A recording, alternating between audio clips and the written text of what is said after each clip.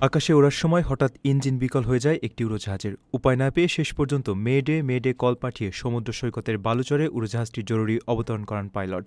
গত সোমবার দুপুরের দিকের এই ঘটনার একটি ভিডিও ইতিমধ্যে প্রকাশ্যে এসেছে।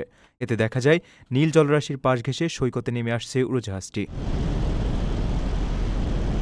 মার্কিন সংবাদমাধ্যম সিবিএস লস অ্যাঞ্জেলসের প্রতিবেদন অনুযায়ী ঘটনাটি যুক্তরাষ্ট্রের দক্ষিণ ক্যালিফোর্নিয়ার হান্টিংটন সৈকতের। ছোট উড়োজাহাজটি চালাচ্ছিলেন মাইক ব্রেমনার নামের এক পাইলট।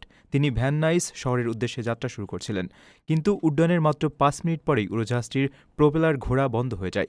পরিস্থিতি বুঝতে পেরে তিনি তাৎক্ষণিকভাবে সোকল অ্যাপ্রোচ বা সাউদার্ন ক্যালিফোর্নিয়া অ্যাপ্রোচের সঙ্গে যোগাযোগ করে বিপদ সংকেত মেডে কল পাঠান।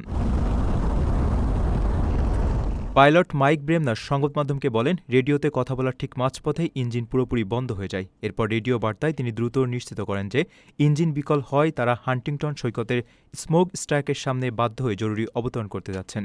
পাইলটের দক্ষতায় শেষ পর্যন্ত কোনো বড় দুর্ঘটনা ছাড়াই উড়োজাহাজটি নিরাপদে সৈকতে অবতরণ করতে সক্ষম হয়।